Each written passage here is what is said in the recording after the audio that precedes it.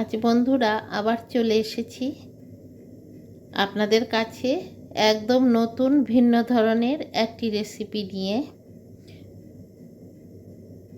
আজকের ভিডিওটি কেউ স্কিপ করবেন না, সম্পূর্ণ ভিডিওটি মনোযোগ সহকারে দেখবেন, তাহলেই বুঝতে পারবেন আজকের ভিডিওটির কি যে স্বাদ।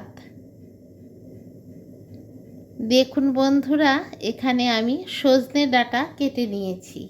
সজনে ডাঁটা আমরা তো নিরামিষ খাই, আমিষ খাই, সব রকমই সজনের ডাঁটা আমরা খাই বা ডালে দিয়ে খাই। খুবই মুখরোচক, স্বাস্থ্যকর এই সজনের ডাঁটা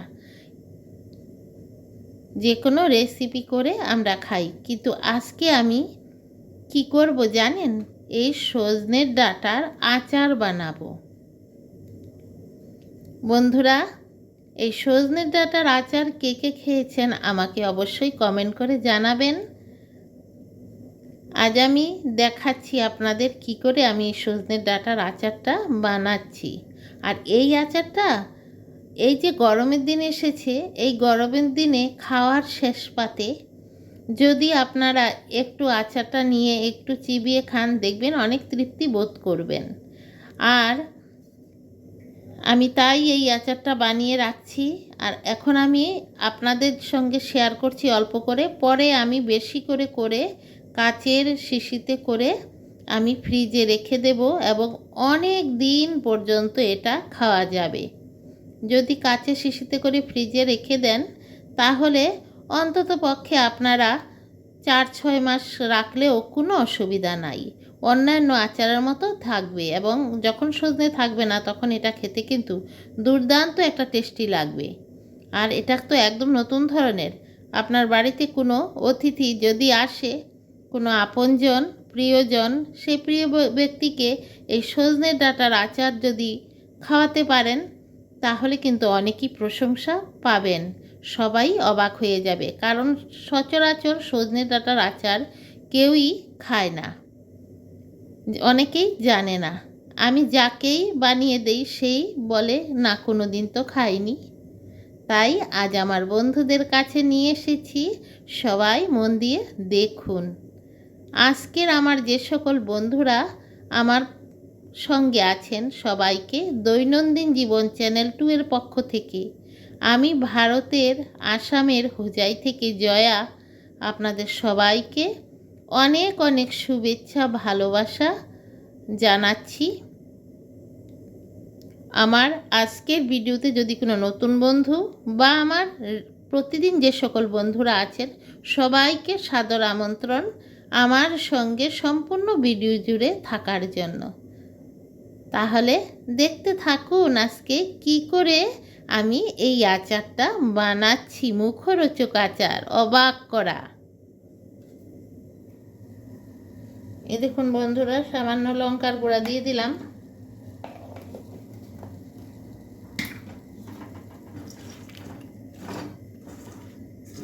লবণ, হলুদ আর লঙ্কার গুঁড়া, আর গুড়টা তো দিয়ে দিলাম আগেই। মিষ্টিটা আপনারা যেরকম খাবেন সেই অনুপাতেই মিষ্টিটা দেবেন।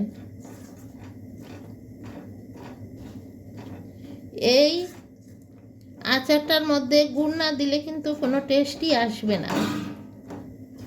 এটা প্রথমেই বলেছি যে ভাত খাওয়ার পর যে একটা মিষ্টি মুখের প্রচলন আছে আমাদের বাঙালিদের, সেই মিষ্টি মুখে এটা ব্যবহার হয়। এখন এর মধ্যে আমি দিয়ে দেব, এই দেখুন শুকনো কুল আমি ভিজিয়ে রেখেছি, সেই শুকনো কুলটা আমি দিয়ে দেব।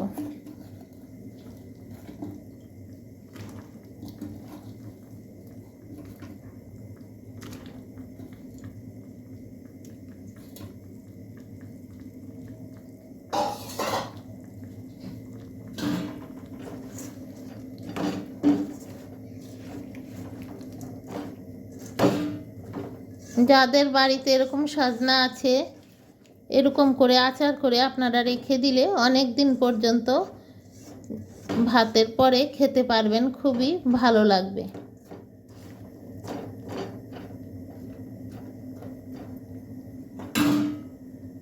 এখন আমি ঢাকনা দিয়ে দেব। এই দেখুন বন্ধুরা, আমার গুড়টা একটু কম হবে, আরও সামান্য গুড় দিয়ে দিলাম, গলে যাবে। আর এই পর্যায়ে আমি এই ঢাকনা দিয়ে দিলাম। এর সাজনাগুলি সেদ্ধ হতে হবে। এখন বন্ধুরা আমি এখন মিক্সিতে নিয়ে নিয়েছি, এগুলি সব গুঁড়ো করে নেব।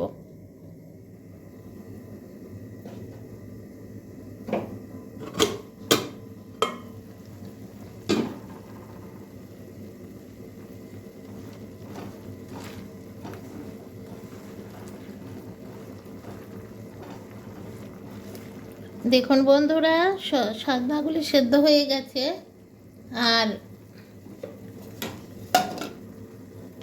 খুব সুন্দরভাবে আমার আচারটা হয়ে এসেছে। এই যে মশলাটা বানিয়ে রেখেছিলাম, এই মশলাটা, ভাজা মশলাটা দিয়ে দিলাম।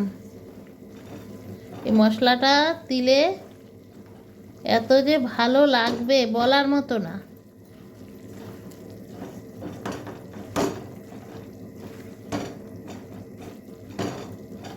ভাত খাওয়ার পরে এটা যদি দুটো নিয়ে চিবিয়ে খান, এত যে চমৎকার লাগবে। সব ঘুরিয়ে ঘুরিয়ে মিশিয়ে দিলাম। এটা একদিন থাকলেই সমস্ত ঝোলগুলি ঢুকে যাবে। এই যে গুড়ের যে একটা রস তৈরি হলো সেটা। চিনি দিয়েও বানানো যাবে, কিন্তু গুড়ের মতো চিনি দিয়ে সুন্দর হয় না। গুড় দিয়ে যেরকম সুন্দর হবে, চিনি দিয়ে এরকম হবে না। দেখুন কি সুন্দর হয়ে গেছে।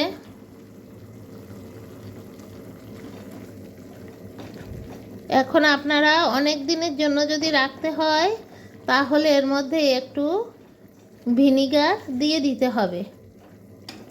অনেক দিনের জন্য যদি রাখতে হয়, তাহলে এর মধ্যে ভিনিগার দিয়ে দিতে হবে। এই যে সাজনাগুলি একদম সেদ্ধ হয়ে গেছে, রসগুলি ঢুকে একদম টইটুম্বুর হয়ে গেছে সাজনার মধ্যে। অবশ্যই বন্ধুরা এরকম করে বানিয়ে খেয়ে আমাকে কমেন্ট করে জানাবেন।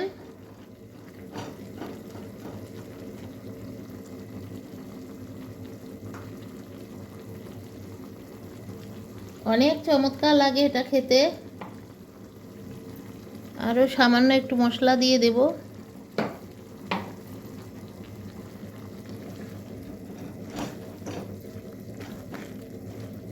আপনারা কুল যদি না থাকে তাহলে তেঁতুল দিয়েও বানাতে পারেন। কুল না থাকলে তেঁতুলও দিতে পারেন, তেঁতুলই বেশি দেয়। আমি তেঁতুলটা কমই ব্যবহার করি, কারণ তেঁতুল থেকে কুলের টকটা ভালো। তেঁতুল থেকে কুলের টকটা স্বাস্থ্যকর, তাই আমি কুলটাই দিই। আমার আচারটা হয়ে গেছে বন্ধুরা।